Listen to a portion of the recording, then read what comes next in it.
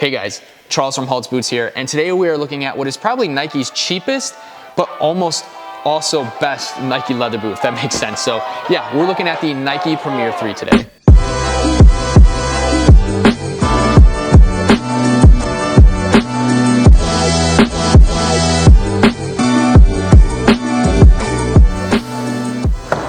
All right, so we're gonna go ahead and unbox these Nike Premier 3s.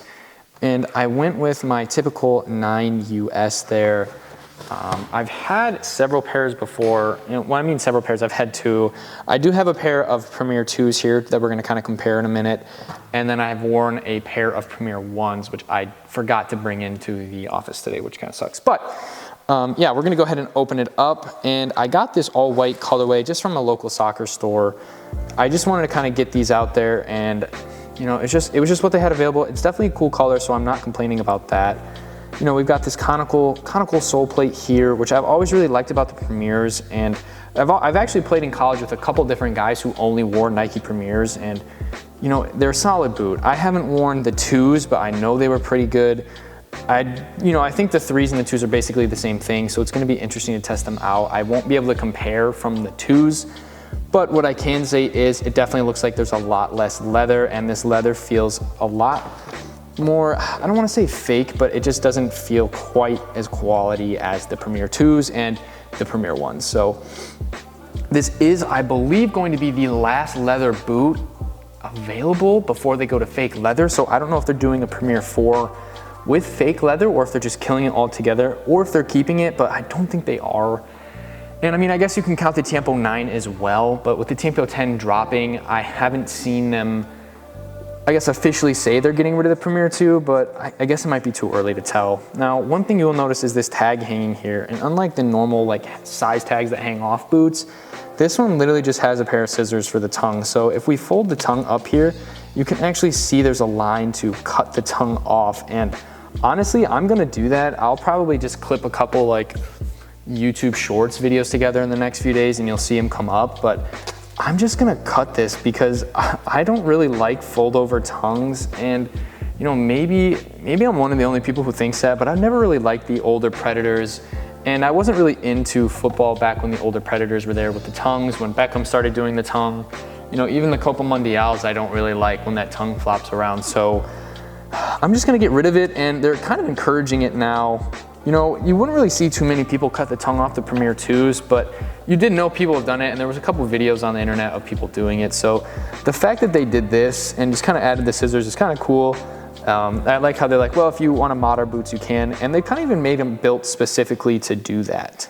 So normally it would be a one-piece tongue, and if we take a look at the Premier 2 and take the tongue off, you can see there's no real extra stitching on this part at all. Obviously there's like a line here, but even then, like on this line, there's no real stitching. So the fact that they've actually stitched like a second tongue on altogether is kind of cool, and you can see that there's clearly another tongue there. So I do like that. I'm definitely gonna do that just because, again, I hate the tongues in 2, it's there, I'm gonna do it, might as well. But just another cool little feature there of the Premier 2. We're gonna go ahead and get the other one out here.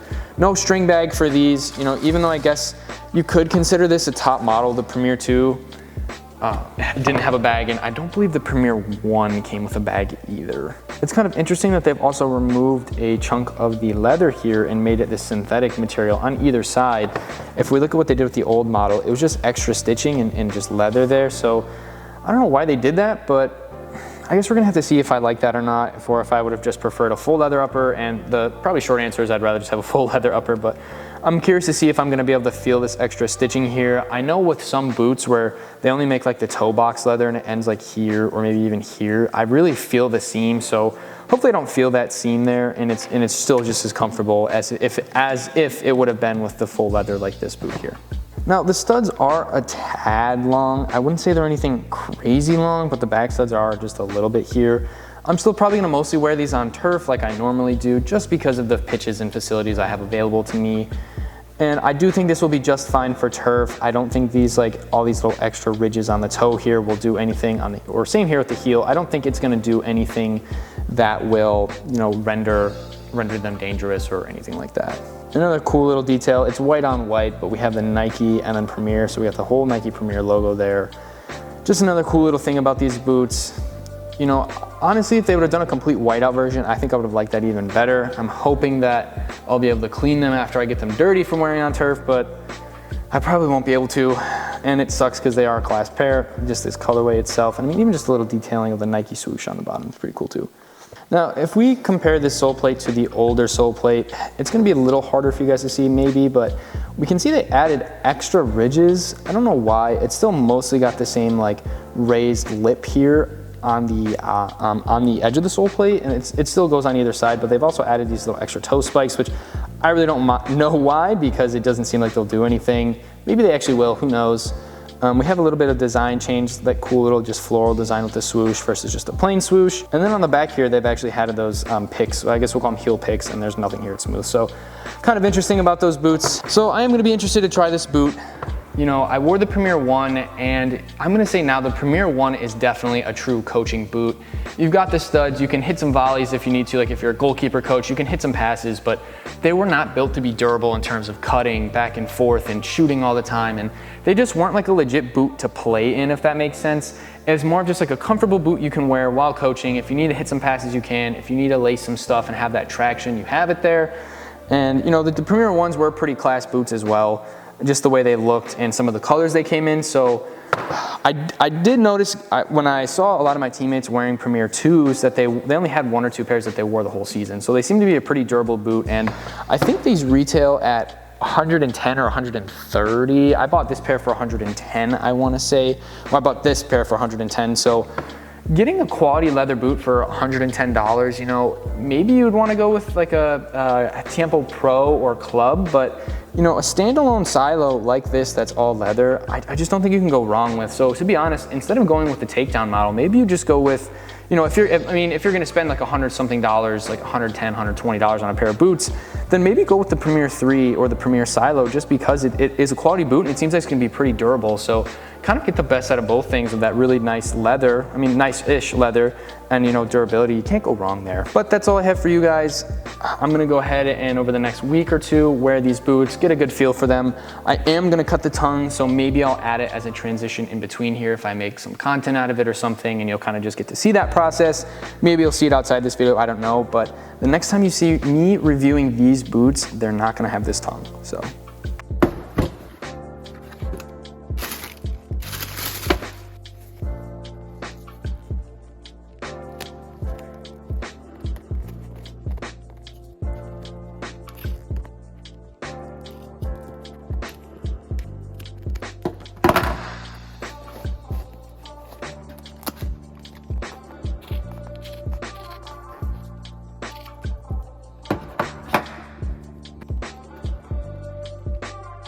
All right guys, so it's been about a week, maybe 8-9 days since I did the initial unboxing. I think I wore these probably 5 or 6 times, got a really good feel for them. And you know, overall, these boots actually performed very well. I was expecting like maybe like a Club or, you know, second tier model of a Tiempo, but honestly, I think these performed just as well as, you know, the Tiempo 8 or Tiempo 9 did. I'm not gonna say better, but you know, they were pretty close on par. If they weren't there, they were just underneath it. And for I think 110 or 115 bucks, these boots are probably the best bang for your buck you'll get in terms of like leather boots. So for starters, I did say that I was thinking about cutting off the tongue, and you can see here, I cut the tongue off. You know, it's just a personal preference. Again, I hate how fold over tongues look, including OG Predators and whatnot. The only thing is right here, if you can see, that's like where the Velcro would go. That's where if the tongue went, you know, fold down, that's where the Velcro would hold on to. I left that just because it also is kind of like the placeholder for the laces. So a lot of times there's a little loop that's built into the tongue, and I didn't really like having that exposed Velcro, but it's kind of just what I was stuck with. Otherwise, the tongue wouldn't have held up as well. So, you know, I left that there, but one thing I was also surprised about is I didn't have a lot of tongue slippage. So, you know, normally with my wide feet, the tongue will slide inside like this and leaving my, my sock exposed. And, you know, it didn't have that issue at all. So that was also really nice to see that these boots kind of held up pretty well. So if we start with the Soleplate, you know, it's a bit softer than the normal, I think nylon is what most Soleplates are made of these days, like a some sort of nylon composite. So it's kind of like a plastic, but these they're definitely a bit softer than normal, I would say. Not quite like rubber, but not as something as firm as I'm used to feeling. I didn't really notice that while playing, but that's one thing I did hear from a few friends, was that the Premier 2 and Premier 3 just have a sole plate that they called the Soleplate butter instead of the upper, which I've never heard before. But you know, after really like feeling them out and playing in them, you can kind of tell that it's not as firm of a sole plate. I don't think it's dangerous. I think that's just kind of like they just kind of cheaped out that way, and it's not that big of a deal, because to be honest, if you're playing on a surface and your studs have just the slightest give, I'm not gonna say it gives you an advantage, but I think that would lead to you know, your sole plate having a little bit less stress whenever you contact or cut on the ground, and so that just leaves less room for the sole plates to crack, although that's not really a big problem that boots have. If your boots make it long enough for the sole plate to crack, then props to your boots for hanging in there that long, because that almost never happens. But you know, it is one thing to note that this isn't as firm of a sole plate, and you know, it's not super firm or anything like that. Like, you can bend them pretty well even in the arch there. So just something for you guys to notice, but it did really perform well on turf. It'll be great on grass as well. These like little heel picks that I talked about, the little toe picks, I don't think they did anything. I think it's just kind of like a look or design. I never really one who plays up on my toes. I know some people do that, but I don't, and you know, I didn't really feel anything in that aspect. So in terms of this upper, it's actually a K-leather upper, I want to say, and K-leather is usually the softer of leathers, and you know, it is a very buttery leather. And I think that this boot is just as soft as the Tiempo 9s. Maybe even, I have a pair right here. Well, you know, I would argue even softer after just feeling that right there. I don't know if you can really see it, but it's just so soft. And you know, I really felt good connection anytime I hit the ball, a lot of good contact, you know, inside the foot was good. These little like areas here where they removed the leather for some sort of, you know, just softer material, some sort of synthetic material there, I didn't really find a difference at all. I did not feel the seams at all, which is something I also said I was worried about. That happens a lot to me when I wear boots that have, you know, just a leather forefoot like these do. So, I mean, I guess most of this boot's leather, but you know, I didn't feel any seams either. So that's always nice when you don't have to worry about that with a pair of boots, and you don't have to worry about that extra pain. But since we're talking about that little forefoot area there, I did find that this toe box was super narrow and my toes were extremely cramped together. And that's usually not a problem, but an issue I have is because I have wide feet, a lot of the times I do get that. But, and this is kind of disgusting, but my toes get so compact sometimes in boots, and including these, that, you know, I take care of my toenails pretty well, but my toes are just so squished together that the toenail still rubs on my skin and oftentimes cuts the sides of my toes. So I had to tape my toes up when planing these, and it's not the biggest deal. It's just something I've come to get used to. And, you know, even if you clip your toenails, you know, way below where you're supposed to clip them, you still get those issues sometimes, or at least I do. And that was the only major drawback I had with these boots. That's the only issue I had, was the cramped toe box. So, I mean, besides that, you know, no complaints on the toe box, other than, you know, I mean, my wide feet felt fine. It's just the toes were crunched. So like down here where you're really gonna feel those pains for your wide feet, I didn't have that at all. You know, most times leather boots will stretch out that way, and these did just that. So again, if you have wide feet, but kind of like, you know, like Nike boots or leather Nike boots, you know, the Premier 3s I think are gonna be pretty good for you. In terms of lockdown, you know, I thought this boot did a fairly good job at keeping my feet in place. I wasn't cutting extremely hard or anything in these boots, or doing any sort of like plyos or fast change directions other than when I play, but I didn't have any issues there. I mean, like I said, there was very minimal tongue slippage, and usually when there's minimal tongue slippage, that means the lockdown's pretty good. And again, they hugged my foot pretty well. I did like not having that fold over tongue there. And this tongue is nothing special. I would say it's the cheapest part of this boot, besides maybe the kind of like more soft sole plate. But again, you know, it was still thick enough and comfortable enough to where it didn't have any issues there. So again, you know, lockdown's good, sole plate's good, that leather upper's good. This is honestly a really good boot. And that's pretty much all I have for you guys on these boots. I mean, they just performed very, very well. I went with my normal size 9 US, and you know, I didn't have any room in the toes. I felt like it was the proper size for me. You know, like I said, these accommodated my wide feet really well.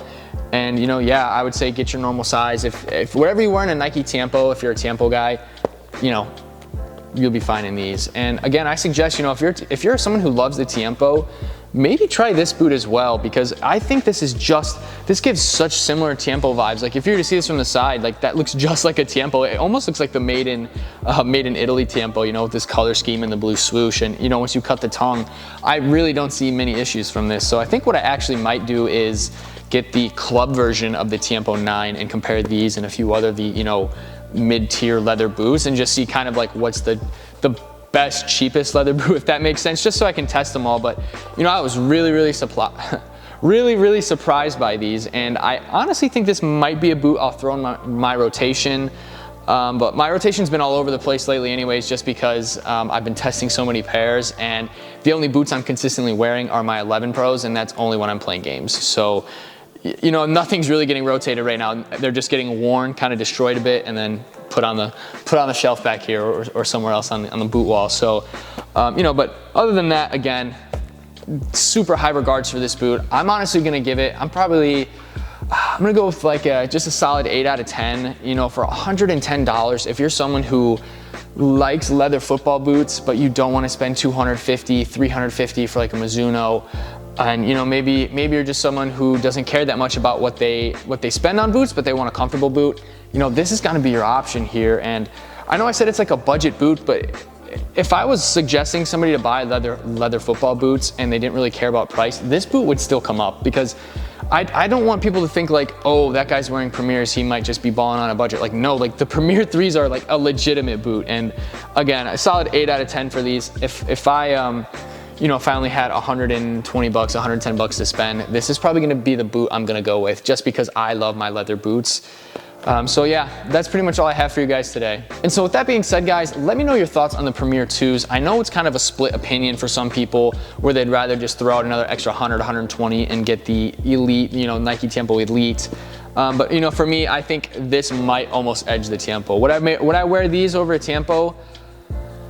It depends on my mood, to be honest, because these are pretty decent. But you know, just let me know down below. I love talking to you guys. And with that, just please make sure to leave a like and subscribe, and I'll catch you guys in the next review.